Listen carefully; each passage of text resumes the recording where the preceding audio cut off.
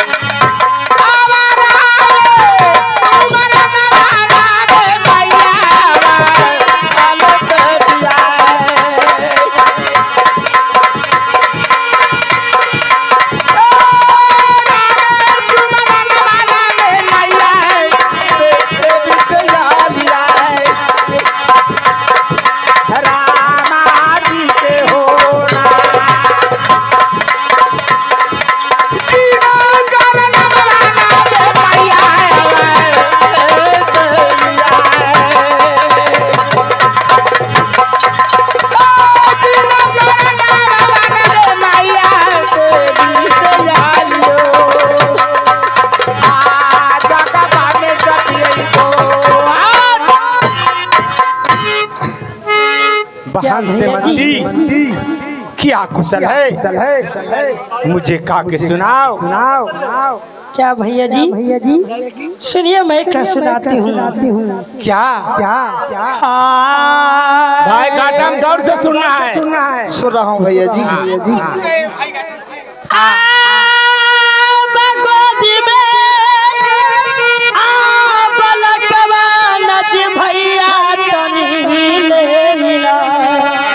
क्या भाई खत्म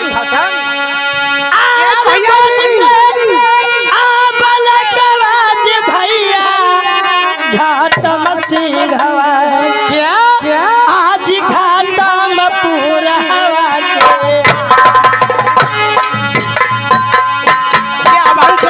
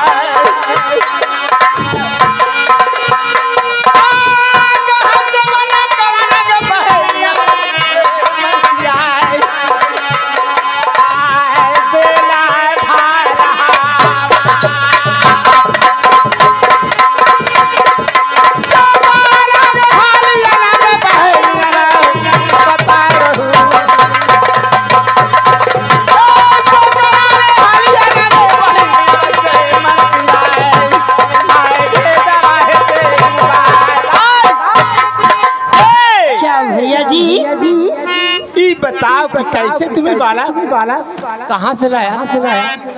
क्या भैया जी जानना चाहते हैं मैंने कहाँ से क्या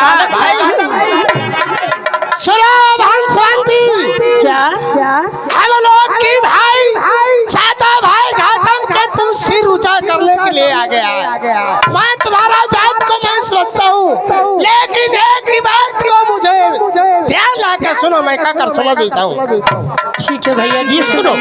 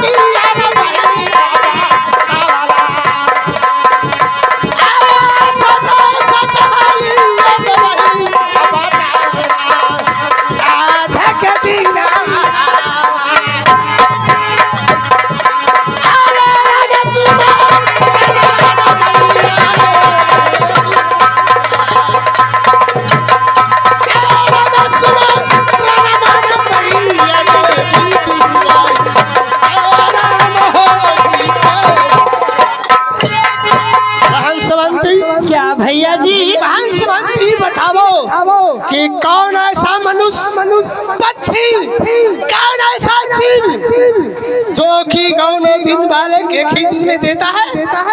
तुम मुझे से छल करते हो। नहीं भैया जी क्या छल नहीं। सुनिए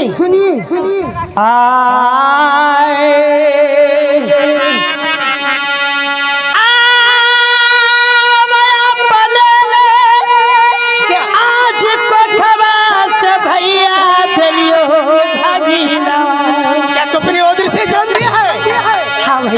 आज बनल कोखिया से भैया देलियो भगिया आज खातम पूरा हवा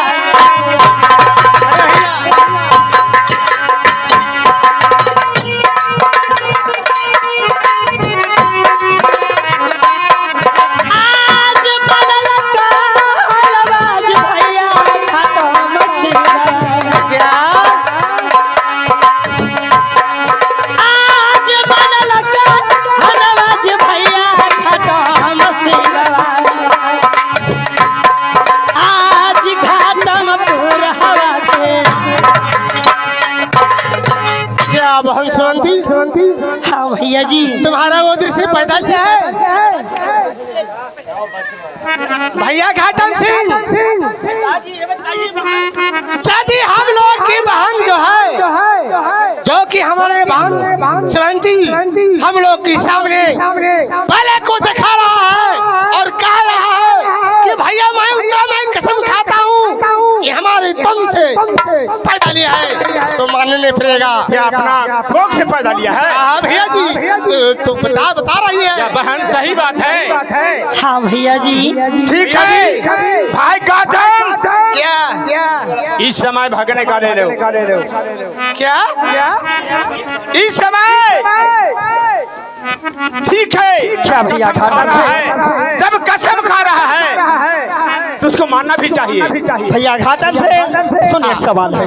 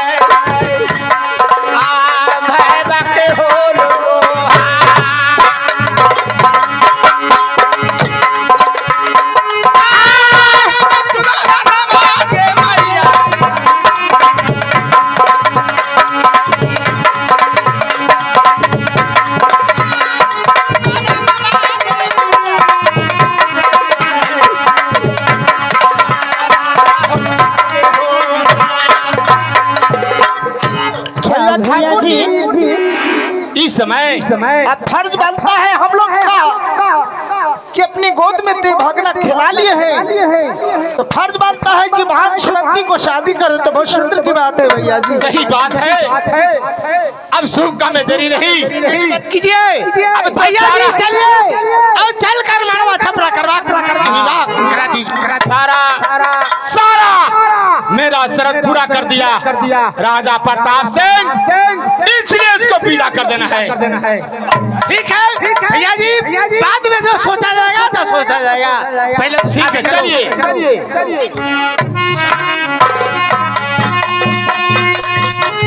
हेलो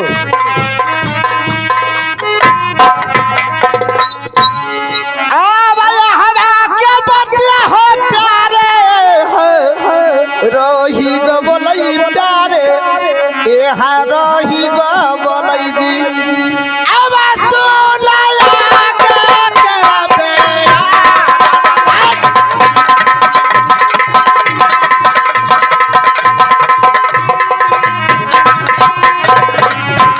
आयो हवा के बतिया हो प्यारे है रही गई प्यारे हवा राही गो बोलै जी अब तू माया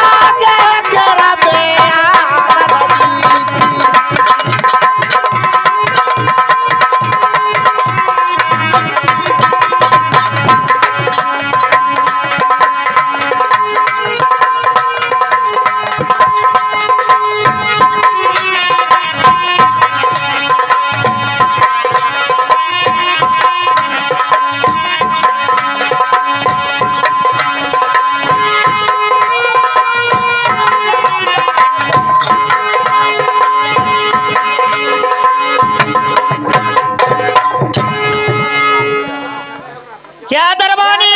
हाँ महाराज।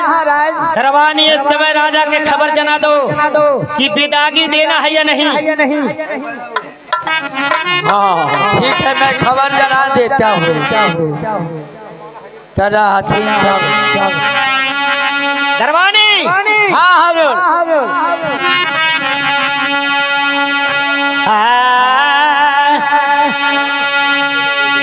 अरे जल्दी हई खबरिया नारे मीरा नारे जनाईदा राजावा के तानी हो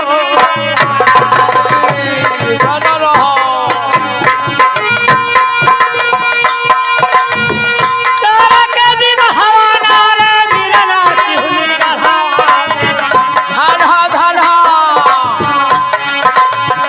तारा के दिन हवा नारे मीरा नाची हुई कहा में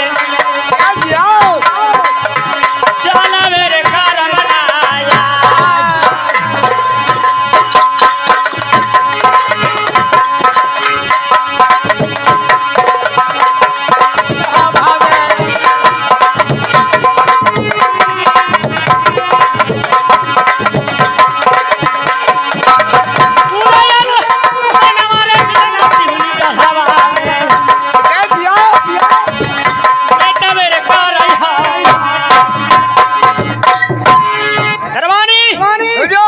हाटम सिंह राजा के जाके खबर जना दो। अब क्या कहना है? अब शुभ काम में देरी को कैले हथीन। चलो खबर जनाओ।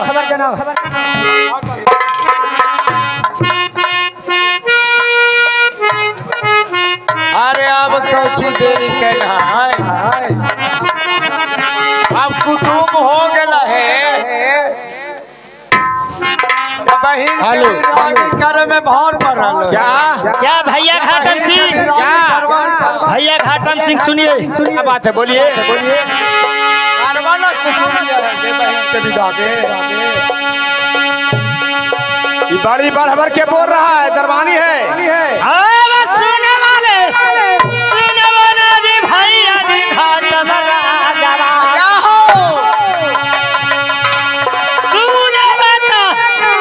सुने वाले जी भैया जी घाटम राजावा आज बतिया ले माना